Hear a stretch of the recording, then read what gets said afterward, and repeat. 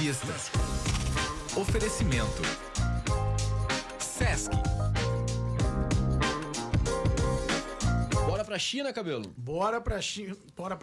E pra ir pra China, a gente tem que conversar com especialistas, né? Porque não é fácil, né? Não é bem assim. Pra quem quer ir pra China, temos aqui um especialista, 12 viagens já para esse país, que é um dos maiores, que tem aí um dos maiores centros comerciais do planeta e realiza também a maior feira do planeta. Bom dia, Will. Que legal te receber aqui no William GJR. Funk, né, cara? Da William WMA Global. Exatamente. Bom dia, Léo. Bom dia, Cabelinho. Não quis vir aqui no primeiro bloco, né? Falar de Grêmio, esporte, não. Vamos falar de China hoje, que tá mais bacana. Vamos falar de negócios, business, melhor do que falar de Grêmio. Bom dia pra vocês, né, gente, aos ouvintes aí. Agradecer pelo convite, né? De estar de volta esse microfone aí. E... cara, bacana. Vamos falar um pouquinho de China aí, que tem bastante coisa pra conversar. Cara, comércio exterior e muito mais. Isso, né? eu queria que tu começasse contando um pouquinho da tua história, né? Seja pelo comércio exterior, seja pelas tuas ideias em relação a isso, porque a gente sabe, né? A China é o principal hoje mercado, principalmente para importação, né? E tu tem essa vivência e conta um pouquinho como é que foi trabalhar com isso, chegar nesse momento. Conta um pouquinho da tua vivência e tua história. Bom, a minha história com a China, Cabelinho e Léo, começa em 2011. Eu tinha 21 anos de idade, estudava comércio exterior na Unicinos, já uns 2, 3 semestres. Já tinha uma bagagem de inglês, que eu fazia aula de inglês particular há um tempo. Então eu, estudando comércio exterior, eu queria estar trabalhando na área, né? Queria poder praticar aquilo tudo que eu estava aprendendo. E aí surgiu em 2011 uma oportunidade numa empresa em Gramado, que prestava assessoria de comércio exterior e também levava clientes, empresários para Canton Fair, que é essa maior feira do mundo, na China. E aí, em 2011, em janeiro, eu entrei na empresa e em outubro eu já tive a oportunidade de estar indo a primeira vez para a China. Então, no auge dos meus 21 aninhos lá, um gurizão, né?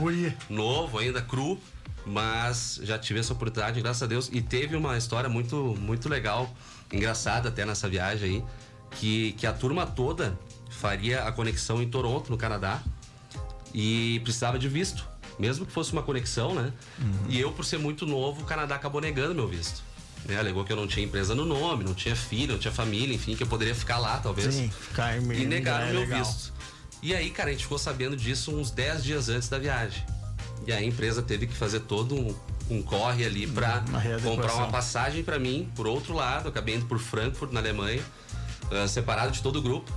E o detalhe, eu nunca tinha pisado num avião. Então, a primeira vez que eu pisei num avião, eu fui pro outro lado do mundo, pra China, e encontrei a galera lá em Pequim. Então é uma história que eu sempre conto, que é engraçada, assim. Começou o comércio exterior já com tudo, né? Já foi longe, né? Se é pra voar, vamos voar longe. Né? Já criou a casca pras próximas, né? Cara, fala um pouquinho dessa evolução, porque eu acho que tu foi pra China em 2011. E hoje é 2025, tu foi agora há pouco, a gente vai falar um pouquinho sobre essa tua última viagem. E tipo assim, o Brasil, em 14 anos, a gente já vê uma mudança grande. Como que é, tu, por exemplo, de quando tu foi pra primeira vez e agora? Porque a China abriu o comércio, abriu tudo, né? Antes era muita mão de obra, mas a tecnologia, né, um pouco menos. Hoje é um negócio, obviamente, de outro mundo, né? Cara, mudou muito, Cabelinho. Esse é um ponto que chama muita atenção, assim, porque em 2011 ainda era um processo até meio que artesanal, assim, a produção. Já não era mais aquele made in China que a gente conheceu lá em 1990 e poucos, aqueles produtos ruins. Já tinham produtos de qualidade, tanto que a gente participou de vários processos de importação que a gente trouxe produtos muito bons, mas ainda era uma manufatura meio artesanal, assim, não tinha tanta tecnologia. E a China, nesses últimos 15 anos, investiu muito em tecnologia. Automação, robótica, agora entrando inteligência artificial. Então eles melhoraram muito os processos e cara, o país cresceu de uma forma assim absurda, né? A última vez que eu tinha ido pra China foi em 2016 e voltei ano passado pra lá. Cara, é outra vida, assim. Um exemplo básico, em 2011 ali até 2016, quando a gente queria ir, por exemplo, no Walmart fazer compras, a gente tinha que pedir pro recepcionista do hotel anotar num bilhetinho o endereço em chinês para entregar pro taxista para ele nos levar em tal lugar, ou em tal restaurante, enfim. Cara, hoje em dia não, hoje em dia tem o Alipay, que é o super app dos chineses, que tu tem dentro do Alipay uma carteira de pagamentos, né? O chinês paga tudo por ali, ou pelo WeChat, que é o WhatsApp deles. Mas aí dentro do Alipay tu tem o Didi, que é o Uber do chinês. Então, cara, facilitou muito a vida, né? Eu peguei a China raiz, digamos, lá naquela época, e agora tá muito mais fácil. Tá muito bacana. O Didi, por exemplo, a operação do Didi no Brasil é a 99, né? Sim. Eles têm a marca própria deles pra tudo, né? E lá na China funciona super bem, muito bem. Questão de carro elétrico também, que é outra curiosidade que eu gosto de falar. Cara, em Guangzhou, que é a cidade que eu fico lá, que a gente fica mais tempo, que é a cidade da feira. Guangzhou é uma cidade no sul da China, perto de Hong Kong, ali, uma das mais pujantes da China. Cerca de 20 milhões de habitantes. Cara, 70% dos carros são elétricos. Isso 20 milhões de habitantes, 70% dos carros. 70% da frota é elétrica. Ônibus e táxi é obrigatório ser elétrico, é regra. Né? Então, e os carros também, 70%. Cara, isso é visível porque tu vê, a placa é verde, né, dos carros elétricos. Então tu consegue rodar lá, tu tá vendo as placas ali. Pouca coisa tu vê de outras placas, carro a combustão ainda. Até nessa questão eu também me chamou a atenção, um pouquinho menos de proporção, mas quando eu fui pra Europa também, né? Tanto que eu falo, cara, tu não vê mais quase posto de gasolina em alguns lugares, né, cara? Os postos de gasolina são quiosques hoje, não são aqueles postos gigantescos, são quiosques, porque a demanda é menor, né? Então tu não vê tanto, né? E a China, como vanguarda, deve ser acima disso, né? E a China, os planos de desenvolvimento deles, que é algo incrível, assim, porque eles pensam, cara, 30, 50 anos pra frente. Então, quando eles vieram com essa pegada de elétrico, eles já se prepararam toda a estrutura. Tanto é que tem um carregador na China, uma estação de carregamento para cada 4 veículos. Pensem nisso. Nossa, são 12 milhões de estação de carregamentos. Tamanho do país, né? O Brasil tem 2.000, se eu não me engano. Algo nesse sentido. E, cara, então... E fora as estações de troca de bateria que eles têm lá também, né? E aí a questão de autonomia, eles não precisam se preocupar muito, porque eles têm a maior malha ferroviária do mundo. São 45 mil quilômetros de trem, de linha de trem só de alta velocidade, fora as outras que eles usam para cargas, enfim. Claro. Então, cara, conecta 95% das grandes cidades e tu vai de trem. Então tu não precisa ter autonomia no de carro, entendeu? De andar muitos quilômetros. Porque eles andam só na cidade, o resto eles fazem de trem já há muitos anos. E isso é uma questão que não adianta, impacta, por exemplo, no bem-estar social, né?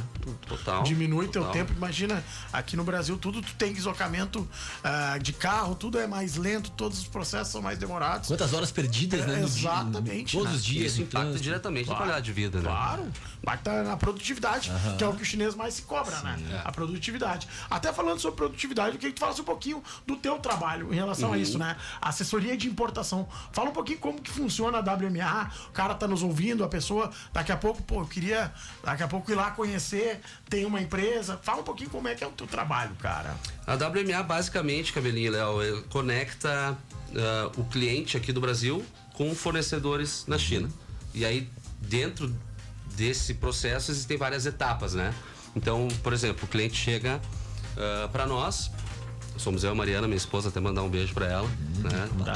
Estamos à frente da empresa.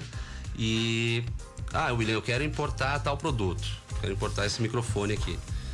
Aí a gente faz toda uma busca de fornecedores, faz a parte de sourcing, né? Tem gente que utiliza muito o Alibaba, é um site que eu já usava lá em 2011. O Alibaba é antigo. Mas a gente tem hoje contatos na China, por tantas viagens que a gente fez, de contatos confiáveis e para fazer buscas mais exatas, digamos, em fornecedores que a gente sabe que pode confiar. Hoje em dia na China, até no Alibaba tem ali os verificados, né? Eles melhoraram muito isso, então é difícil tu errar, mas a gente tem mais gente que nos ajuda nessa parte de busca. Aí fizemos a busca e encontramos o fornecedor. Aí entra a parte de negociação de preços, negociação de amostras, muitas vezes, né? O cliente precisa, eu incentivo isso, de trazer uma amostra para o Brasil desse microfone, para ele ver ali, é isso que eu quero, é isso. Então vamos tocar a negociação. Aí negocia preço, faz toda essa parte, fechou o pedido, acompanhamos o pedido todo. Após finalização do pedido lá na China, a gente faz uma inspeção na fábrica, na carga, por amostragem, para ver se está tudo ok. A partir do momento que o cliente recebe o report ali, o relatório de inspeção, que vem umas 30 páginas com foto, com tudo especificado, peso, a medida. Memorial bem descritivo. Para ver se está tudo certo. Aí aprovou, a gente faz o embarque lá paga o restante do pedido e vem para o Brasil. A gente acompanha todo o processo também de vinda da carga e de liberação no porto. Então a gente basicamente faz todo o processo, desde a busca do fornecedor até entregar a mercadoria dentro da tua loja. E tem toda uma logística, né? Toda uma burocracia, questão de documentações e tudo mais, para poder receber depois, né, essa carga, enfim, né, um container, enfim, os containers que chegam aqui. É um trabalho, né, Cabelo, que a gente percebe assim que tem que ter uma visão diferenciada, né? Não é qualquer um que vai se jogar mundo afora e lá na China negociar com fornecedores chineses. E como é que é pra ti, William, assim, tá já nesses 14 anos de experiência e ver, assim, o crescimento das importações aqui na nossa região, né? A gente tem visto cada vez mais players importando. Indo direto na fonte, né? Porque se tu não importar, eu sempre falo isso pros clientes, se tu não importa, tu vai comprar de quem importa. Então tu vai estar pagando um intermediário, né? Enquanto tu pode ser esse intermediário, né? Porque, cara, vamos lá, 70% dos produtos de consumo no Brasil, falando uma média, mas é mais ou menos por aí, são importados ou tem componentes importados. Né? Então, tu quer comprar de um distribuidor no Brasil, ok, só que tu pode tirar esse cara e importar direto. É óbvio que não é todo mundo que pode, mas eu digo assim, cara, tu não precisa ser grande para começar na importação. Tu tem que ter uma empresa, tu tem que ter o Siscomex Sadar, que é a autorização da Receita Federal para importar, que aí teu contador faz, é rápido para fazer, que questão de um mês tu tem isso. E aí tendo o Siscomex Sadar, cara, tu tem que ter vontade, tem que ter visão, tu tem que ter uma boa assessoria, né, que não vai te botar em furada. Porque eu muitas vezes digo pros clientes, cara, esse caminho que tu tá indo, acho que não é mais ou menos por aí. Porque pela minha vivência não vai funcionar. Talvez vamos por aqui. Então o meu trabalho também é esse. Sim. Né? Não adianta só querer importar por importar e ter cliente por ter, porque eu preciso que as coisas aconteçam e sejam recorrentes. Né? E sejam recorrentes, né? Então, assim, cara, uma questão muito importante, canal de venda. Né? Aí o cliente chega pra mim e fala, eu quero importar para botar para vender na minha loja. Tá, tu tem um canal de venda. Pode começar por aí, mas eu acho que é pouco. E se tu importar e vender na tua loja e vender no e-commerce, botar no Mercado Livre, mais um canal de venda, né, no varejo. E aí se tu importa, tu vende num canal online e tu distribui, tu começa a vender para outras lojas, aí sim tu tem uma cadeia de venda do teu produto que é ideal para importação. Que aí gera recorrência. Aí sim. Aí tu tá. Essa conversa é o que eu falo para todos os clientes já na primeira reunião, né? Para que entendam, porque muitas vezes as pessoas acham que, eu vou importar iPhone. Não é isso que a gente faz. Sim. A gente faz um trabalho sério de trazer produto que a gente quer que dê certo, que venda pro cliente. E mesma coisa nas viagens, cara. A gente, como eu tava te falando antes, a gente faz um pouco de turismo, claro. Né? Era a minha pergunta agora, né? Tem um pouco de turismo nas viagens, mas a gente foca muito no trabalho, né? Então, o cliente que a gente quer levar pessoas para lá que realmente tem um interesse, e eu sempre digo, tenha pelo menos um pouco de foco, tenha pelo menos um produto, uma linha de produto na cabeça para chegar na feira e encontrar. Porque se tu for muito aberto a possibilidades, sem foco, tu é capaz de voltar mais perdido que tu foi. Sim. Porque é muita coisa. É muita coisa. Uma super oferta, né? Exatamente. De possibilidades. De todos os produtos. setores, né? Massa, legal. E o que é campeão de importação? Assim, o que os teus clientes mais importam? Cara, a gente tem clientes de várias áreas, assim, não tem uma área específica, tá? Eu vou dar alguns exemplos. A Cria Amigos agora chegou uma carga para eles ali. A Lugano é um grande cliente nosso. E tem outros clientes também. Hoje em dia tá muito em alta a questão pet, né? A área pet tá bem alta mesmo. A questão artigos de para pets, exato. Né? Tudo que tu possa imaginar, né? Roupinha, tapetinho, produtos mesmo de... Tem até bicho voador, né, pros gatos, né? Eu vejo direto, né? E aí, cara, muito legal isso. Porque, por exemplo, hoje, não adianta, as grandes plataformas de e-commerce, a Amazon e Mercado Livre. Tu olha, tudo compra internacional, cara. Sim. Esses artigos de pé compra internacional. Os caras já tem um negócio que tu já compra, inclusive, deles lá, que já vem direto, né? Não tem, né? É muito louco isso. Daí produtos fitness também, né? Sim. Tem também na feira lá. Também tá muita em alta. coisa. Excelente, 8h19, né? A gente tá já estourando o nosso horário, né, Cabelo? Só finalizando, quem tá ouvindo daqui a pouco, pô, tem um interesse. Onde que te acha? Onde acha? E quando a WMA? próxima também? A próxima Canton A Fair? próxima feira, a próxima viagem pra China é em outubro desse ano, né? Porque a Canton Fair acontece sempre em abril e em outubro. É a mesma feira em duas partes do ano. Então, em outubro a gente quer levar mais uma turma pra lá. Até mandar um abraço também pro nosso parceiro lá, o Tinga e o Guilherme, que são nossos parceiros da Ziben lá de Porto Alegre, que é a nossa agência de parceiros de viagem. Então a gente tem todo um background por trás ali, né? O Tinga mesmo? O Tinga, Paulinho César. Paulo Tinga. César. Tinga. Paulo César Paulinho Tinga. pros íntimos, né? Empresário. O Guilherme, cunhado dele, foi comigo pra China no passado. Ele vendia China lá e eu ia ir sozinho. E aí ele disse, não, cara, vou te acompanhar lá, vou junto contigo lá, conhecer e tal. O Tinga Baita tem parceiro. vários braços, Vários trabalha business. vários business, né? O Tinga teve aqui agora. O Tinga é um fenômeno. Todo mundo que eu Baita converso empresário. diz que é um cara sensacional. Muita visão. Eu quero mandar, não posso deixar de mandar um abraço pro Cris e pra Bia também, que foram meus clientes de Porto Alegre, que foram comigo nessa última viagem. Um abração pra eles, foram grandes parceiros também.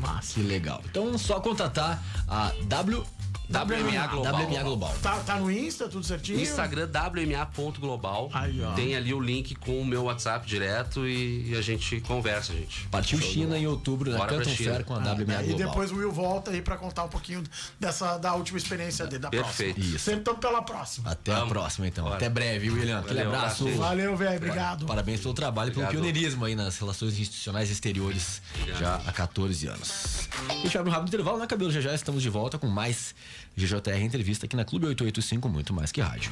Grande Jornal Regional.